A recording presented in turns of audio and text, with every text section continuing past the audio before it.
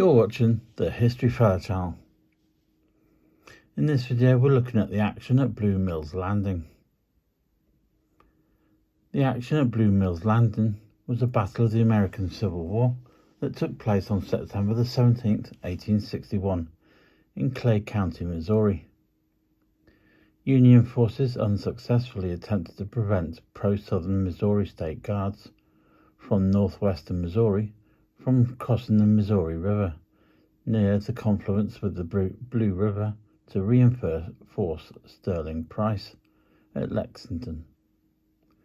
After his victory at Wilson's Creek in August, Price began a campaign to gain control of Missouri. Union troops had been guarding the Hannibal and St. Joseph Railroad and its terminus in St. Joseph, Missouri. When these Union forces were pulled away to meet Price's army, Confederate sympathizers from northwestern Missouri seized St. Joseph and sacked the town. On the 15th of September, around 3,500 men of the Missouri State Guard, plus a number of irregulars from St. Joseph, set out for Lexington. In the evening, Price sent a Brigadier General David R. Aitchison from Lexington to help these men, mostly new recruits. These would cross the river near Liberty. Union troops of the 16th Illinois Infantry and the 39th Ohio Infantry were guarding the Plate River Railroad Bridge in Buchanan County, which had earlier been sabotaged in the Plate Bridge Railroad tragedy. These troops started moving to Liberty, and at the same time Union Lieutenant Colonel John Scott led a small force of about 500 men and of the 3rd Iowa Infantry and about 100 Missouri Home Guards and a 1 6-pound smoothbore cannon from Cameron towards Liberty. Heavy rain and bad roads limited their progress to only 7 miles that day. On the 16th of September, Scott camped in Centerville, where he heard artillery fire in the distance. Lieutenant Colonel Scott broke camp at 2 a.m. on the 17th of September.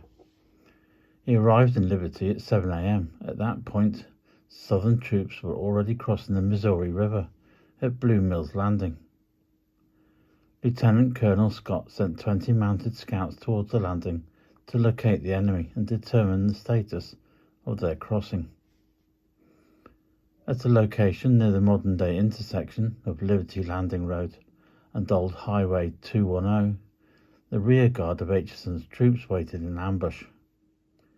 The Union scouts rode directly into the trap, with 4 of their men killed and a 5th severely wounded. The surviving scouts retreated back towards Liberty. At noon, Scott began moving his entire force towards the river landing.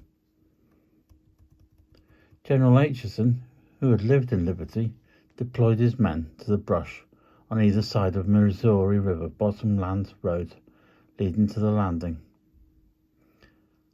At about 3 p.m., Scott's troops encountered the State Guard pickets and were attacked from both sides.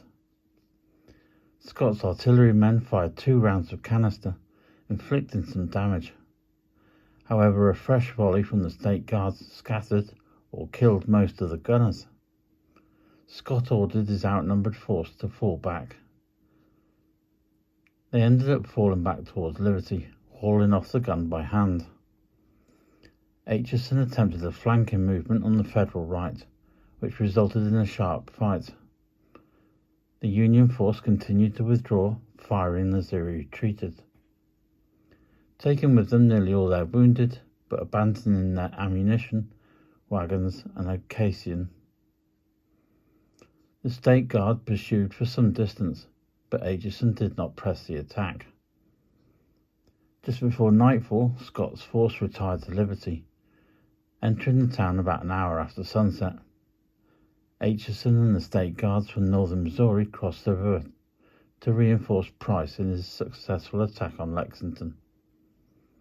After sunset, the Union troops returned to retrieve their dead from the field. The battle, which lasted about an hour, was a decisive victory for the pro-Southern Missouri State Guard. 19 Union troops died as a result of the fighting. Approximately 80 were wounded. 3 men of the Southern Command were killed, and 18 were wounded.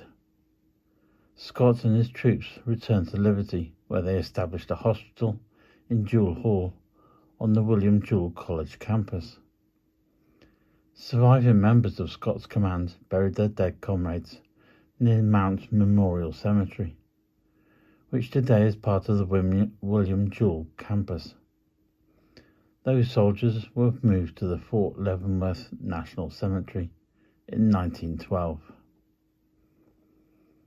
If you found the information in this video informative, please feel free to like the video and subscribe to the channel.